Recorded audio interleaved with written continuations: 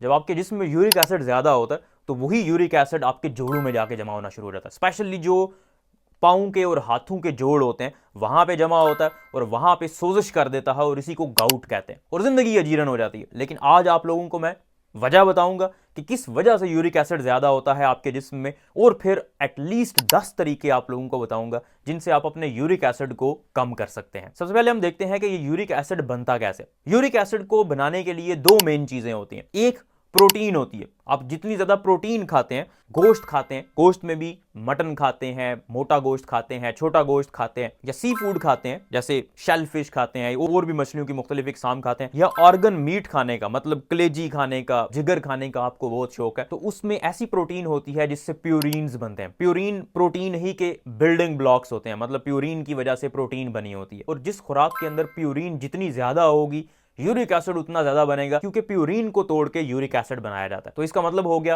कि जितनी ज्यादा प्रोटीन वाली चीजें आप खाएंगे उससे यूरिक एसिड बनने के उतने ही ज्यादा चांसेस होंगे। फिर दूसरे नंबर पे फ्रुक्टोज है। फ्रुक्टोज मौजूद होता है मीठी चीजों के अंदर, स्पेशली जो प्रोसेस्ड चीजें होती हैं जैसे बेकरी की चीजें हो गई, जूस हो गए, किसी किस्म का भी जूस, चाहे वो फ्रूट का जूस है, किसी फल का 100% फल का जूस है, उसके अंदर भी फ्रुक्टोज मौजूद होता है। बाकी जितने भी शरबत होते हैं मीठे, उनके अंदर भी फ्रुक्टोज मौजूद होता है। तो फ्रुक्टोज जितना ज्यादा आपकी खुराक के अंदर होगा यूरिक एसिड उतना ज्यादा बनेगा। आप लोग ये बात सुन के हैरान होंगे कि यूरिक एसिड की प्रोडक्शन ज्यादा मसला नहीं है। 90% लोगों में यूरिक एसिड की प्रोडक्शन ज्यादा नहीं होती, बल्कि मेन प्रॉब्लम होता है कि यूरिक एसिड उनके जिस्म से बाहर नहीं निकल रहा। यूरिक एसिड को बाहर कैसे निकालना है? गुर्दों ने बाहर निकालना है। अगर गुर्दे ठीक तरह से उसको बाहर नहीं निकाल रहे तो यूरिक एसिड आपके जिस्म में बिल्डअप होना शुरू हो जाएगा, ज्यादा होना शुरू हो जाएगा। इसी वजह से बहुत सारे लोग होते हैं जिनको कोई गाउट का मसला नहीं है, यूरिक एसिड उनके जिस्म में ज्यादा नहीं होता, लेकिन वो प्रोटीन दबा के खा रहे होते हैं, दबा के गोश्त खाते हैं, सब कुछ खाते हैं, लेकिन उन्हें यूरिक एसिड का मसला नहीं होता। लेकिन कुछ लोग होते हैं जो थोड़ा सा गोश्त खा लें, थोड़ा सा मीठी चीजें ज्यादा खा लें, उनको यूरिक एसिड का मसला होना शुरू हो जाता है, उनको जोड़ों में दर्द होना शुरू हो जाता है। उसकी वजह क्या है? गुर्दे ठीक तरह से काम नहीं कर रहे, गुर्दे यूरिक एसिड को बाहर नहीं निकाल रहे। यूरिक एसिड को बाहर निकालने का, जिस्म से जाया करने का वाहिद तरीका किडनीज के थ्रू है, गुर्दों के थ्रू है। थोड़ी बहुत मिकदार आंतों के जरिए भी बाहर निकलती है, लेकिन मेन जो तरीका है वो गुर्दे ही है। और ऐसा नहीं है कि गुर्दे खराब हैं, बल्कि कुछ लोगों में जेनेटिक होता है, मतलब कुदरती तौर पे, वरासती तौर पे उनके पेरेंट्स में भी ऐसा ही था, उनके गुर्दे उस तरह से यूरिक एसिड को बाहर नहीं निकाल पा रहे थे, और बच्चों में भी यही प्रॉब्लम है, गुर्दे यूरिक एसिड को इतनी अच्छी तरीके से बाहर नहीं निकाल रहे। अब आप लोगों को वजूहात पता चल गई कि किस वजह से यूरिक एसिड ज्यादा होता है। गोश्त खाने से ज्यादा होता है, फ्रुक्टोज जितना ज्यादा आप इस्तेमाल करेंगे उनसे ज्यादा होता है, या फिर अगर आपके गुर्दे ठीक तरह से काम नहीं कर रहे तो उसकी वजह से यूरिक एसिड ज्यादा बनेगा। अब हम बात करते हैं कि आप इसको ठीक कैसे कर सकते हैं। तो पहले नंबर पे तो जिन लोगों में यूरिक एसिड की ज्यादती होती है, यूरिक एसिड ज्यादा होता है, उन लोगों को ऐसी खुराक खाने की जरूरत है जिसमें गोश्त कम से कम शामिल हो। मैं ये नहीं कह रहा कि गोश्त बिल्कुल माइनस कर दो, बिल्कुल खत्म कर दो। गोश्त थोड़ा बहुत आपके खुराक के अंदर होना चाहिए। जो लोग गोश्त का इस्तेमाल करते हैं, जो वेजिटेरियन नहीं है, उसकी वजह यह है कि प्रोटीन का मेन सोर्स है ही गोश्त। अगर आप गोश्त नहीं खाएंगे तो प्रोटीन के लिए आपको स्ट्रगल करना पड़ेगी। प्रोटीन कहां से लेंगे? तो गोश्त की मिकदार को कम कर दें, कम से कम इस्तेमाल करें। फिर दूसरे नंबर पे जो बहुत बड़ा कल्प्रिट है वो है मीठी चीजों का इस्तेमाल। जब आप मीठी चीजों का इस्तेमाल करते हैं, स्पेशली जो प्रोसेस्ड चीजें होती हैं, केक हो गए, बिस्किट्स हो गए, रस बन वगैरह, इनके अंदर फ्रुक्टोज होता है। मीठी चीजें, मीठा ऐड किया होता है, और वो फ्रुक्टोज क्या करता है? वो फ्रुक्टोज कन्वर्ट हो जाता है, तब्दील हो जाता है यूरिक एसिड में आपके जिस्म में जाके। और जब यूरिक एसिड ज्यादा होगा तो आपको मसाइल का सामना करना पड़ेगा। देखिए, ये जो यूरिक एसिड है ये सिर्फ आपके जोड़ों के अंदर जाके आपको नुकसान नहीं पहुंचाता, सिर्फ जोड़ों का मसला नहीं करता, बल्कि ये यूरिक एसिड गुर्दों में अगर जाके जमा होना शुरू हो जाए तो गुर्दों के स्टोन्स बनना, पत्थरियां बनना शुरू हो जाती हैं। ये इवन आपकी चर्बी के मिकदार को ज्यादा करता है, मोटापा को काज करता है। इंसुलिन रेजिस्टेंस में इसका एक रोल है। चर्बी जब ज्यादा होगी, इंसुलिन की रेजिस्टेंस हो जाएगी, मतलब इंसुलिन अपना काम ठीक तरह से नहीं करेगी, और डायबिटीज होने का रिस्क बढ़ जाता है, मतलब उन लोगों में शुगर का रिस्क बढ़ जाता है। फिर दूसरे नंबर पे ब्लड प्रेशर को भी ये ज्यादा कर देता है। यूरिक एसिड के ज्यादा होने की वजह से नाइट्रिक ऑक्साइड पैदा नहीं होता। नाइट्रिक ऑक्साइड एक ऐसा केमिकल है जो खून की नालियों को डायलेट करता है। खून की नालियां थोड़ी सी फूल जाती हैं, जब नालियां फूलेंगी तो ब्लड प्रेशर कम हो जाएगा। लेकिन अगर नाइट्रिक ऑक्साइड की मिकदार कम होगी, वो कम पैदा होगा, तो उसकी वजह से खून की नालियां भी नहीं फूलती। और अक्सर यूरिक एसिड जिन लोगों में ज्यादा होता है उनमें ब्लड प्रेशर का भी मसला होता है। तो इसलिए आपने यूरिक एसिड को कम करने पे स्पेशल ध्यान देना है, और उसके लिए पहले नंबर पे आपने अपनी खुराक के अंदर ऐसी चीजों को माइनस कर देना या कम कर देना है जिनकी वजह से यूरिक एसिड बनता है। फ्रूट्स के अंदर भी फ्रुक्टोज होता है, फलों के अंदर होता है, लेकिन फ्रूट्स के अंदर कम मिकदार में होता है, और एटलीस्ट उनके अंदर और बहुत सारी ऐसी चीज़ें होती हैं जो आपके लिए फ़ायदेमंद होती हैं। उनके अंदर फाइबर्स होते हैं, वो भी आपके लिए फ़ायदेमंद होते हैं, उनके अंदर विटामिन होते हैं, मिनरल्स होते हैं। तो इसलिए फ्रूट्स को किसी हद तक आपने इस्तेमाल करना है, वो आपकी डाइट का हिस्सा होने चाहिए। लेकिन फ्रूट का, फलों का जूस या बाकी जो जूस होते हैं, जो आर्टिफिशियल जूस होते हैं, उनका इस्तेमाल बिल्कुल भी नहीं करना, क्योंकि उनमें फ्रुक्टोज हाई क्वांटिटी के अंदर होता है और वो फ्रुक्टोज आपको नुकसान पहुंचाएगा। दूसरे नंबर पे, जैसे मैंने आप लोगों को बताया कि आपके गुर्दे यूरिक एसिड को बाहर निकालने में रोल रखते हैं, और अगर गुर्दे यूरिक एसिड को बाहर नहीं निकाल रहे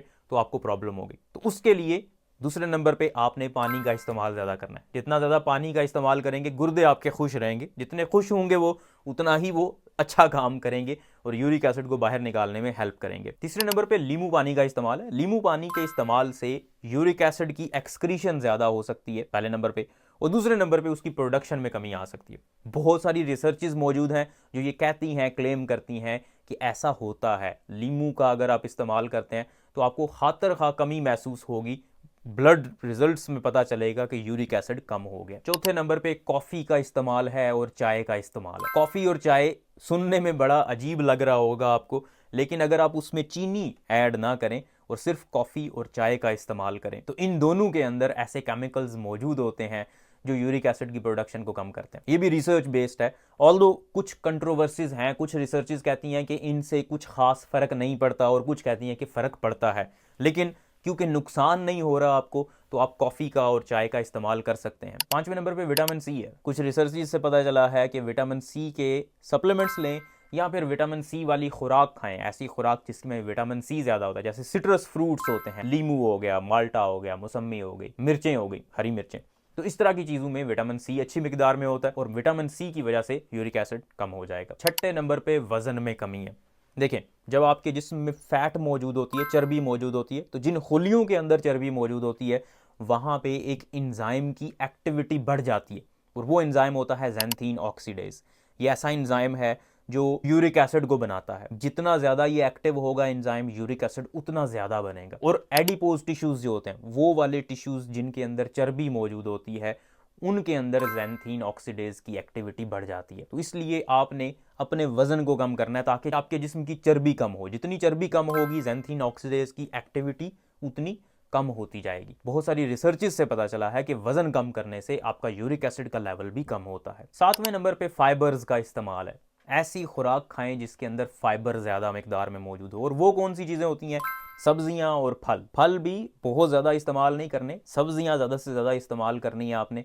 सब्जियों के अंदर फाइबर अच्छी मिकदार में होता है और फाइबर्स की वजह से भी यूरिक एसिड कम हो जाता है आपके जिस्म में। आठवें नंबर पे शराब नोशी। शराब के अंदर प्यूरिन होती है और वही प्यूरिन जो कन्वर्ट हो जाती है, बदल जाती है यूरिक एसिड में आपके जिस्म के अंदर जाके। तो अगर शराब ज़्यादा कोई पीता है तो उसके अंदर भी यूरिक एसिड ज़्यादा हो जाता है। नौवें नंबर पे कुछ दवाइयाँ ऐसी हैं जिनकी वजह से यूरिक एसिड ज़्यादा हो जाता है, और वो ऐसी दवाइयाँ नहीं है जो आपके लिए ज़रूरी नहीं है, वो ज़रूरी दवाइयाँ होती हैं। जैसे ब्लड प्रेशर की बहुत सारी दवाइयाँ हैं, हार्ट फेलियर की दवाइयाँ होती हैं जो आपके जिस्म से एक्स्ट्रा पानी बाहर निकालती हैं। इवन एस्पिरिन जो दिल के मरीजों को दी जाती है, वो भी यूरिक एसिड के लेवल को ज़्यादा कर सकती है। अब आपने अपने डॉक्टर से पूछना है, अगर आप ये दवाइयाँ इस्तेमाल कर रहे हैं, कि इनके अल्टरनेटिव कोई दवाई इस्तेमाल आप कर सकते हैं ताकि आपके अंदर यूरिक एसिड का रिस्क कम हो जाए, यूरिक एसिड का लेवल कम हो जाए। 10वें नंबर पे आ जाती है डायबिटीज़। डायबिटीज़ एक ऐसी बीमारी है, शुगर की बीमारी, जिसकी वजह से आपके बहुत सारे मसाइल होते हैं, और अगर आप में डायबिटीज़ है तो आप में यूरिक एसिड का बढ़ने का रिस्क बढ़ जाता है। तो इसको भी आपने कंट्रोल करना है। फिर आखिर पे कुछ दवाइयाँ आ जाती हैं जिनकी वजह से यूरिक एसिड कम हो जाता है। अगर किसी को गाउट हो जाए, गाउट क्या होता है? देखें, गाउट हाइपर यूरिसीमिया नहीं होता। मतलब अगर किसी के खून के अंदर यूरिक एसिड लेवल ज़्यादा है, इसका यह मतलब नहीं उसको गाउट हो गया। गाउट कहते हैं जब जोड़ के अंदर यूरिक एसिड जाता है और वहां पे जाके जमा हो जाता है, उसे गाउट कहते हैं। उसकी वजह से सोजश हो जाती है, जोड़ सूजन हो जाती है और दर्द बहुत ज़्यादा होता है, वो गाउट होता है। और उस गाउट के लिए पहले नंबर पे जो आपको काम करना होता है वो उस दर्द से निजात हासिल करनी है, और उस दर्द से निजात हासिल करने के लिए आपको एनसैड्स लेने होते हैं, non steroidal anti inflammatory drugs, जिसमें आइबुप्रोफेन आती है, जिसमें नेप्रोक्सन आती है, जिसमें ये जो डिक्लोफेनेक सोडियम आता है। तो ये सारी चीज़ें ऐसी हैं जो आपके दर्द को कम करेंगी, सोजिश को कम करेंगी। फिर उसके बाद आपने ऐसी दवाई लेनी होती है, आपको डॉक्टर प्रिस्क्राइब करेगा डेफिनेटली, एलोप्यूरिनोल उसको कहते हैं, और भी कुछ हैं इस तरह की। उनका काम मेन ये होता है कि वो यूरिक एसिड की प्रोडक्शन को कम कर देती हैं। वो उसको पैदा नहीं होने देती। वो जो मैंने अब एंजाइम मेंशन किया ज़ैंथीन ऑक्सीडेज, जिसकी वजह से यूरिक एसिड ज़्यादा होता है। एलोप्यूरिनोल वो दवाई है जो ज़ैंथीन ऑक्सीडेज को इनहिबिट कर देती है, मतलब रोक देती है, उसको काम नहीं करने देती। जब ज़ैंथीन ऑक्सीडेज अपना काम नहीं करेगा तो यूरिक एसिड कम पैदा होगा। इसी वजह से एलोप्यूरिनोल अक्सर प्रिस्क्राइब की जाती है जब भी किसी को यूरिक एसिड का गाउट का दौरा पड़ता है, मतलब गाउट होता है, तो उसके बाद एलोप्यूरिनोल दी जाती है उसको। कुछ और दवाइयाँ भी होती हैं जो एक्सक्रीशन को ज़्यादा करती हैं ताकि यूरिक एसिड ज़्यादा से ज़्यादा एक्सक्रीट हो, जिस्म से बाहर निकले, लेकिन वो आपका डॉक्टर प्रिस्क्राइब करेगा, आप खुद से नहीं ले सकते क्योंकि इन दवाइयों के बहुत सारे साइड इफेक्ट्स होते हैं। तो ये कुछ चीज़ें हैं जिनसे आप अपने यूरिक एसिड के लेवल को कम कर सकते हैं, और बहुत सारी चीज़ें मैंने एटलीस्ट 10 से 12 चीज़ें ऐसी बताई हैं आपको जो कुदरती तौर पर आपको हेल्प करेंगी यूरिक एसिड लेवल्स को नॉर्मल करने में।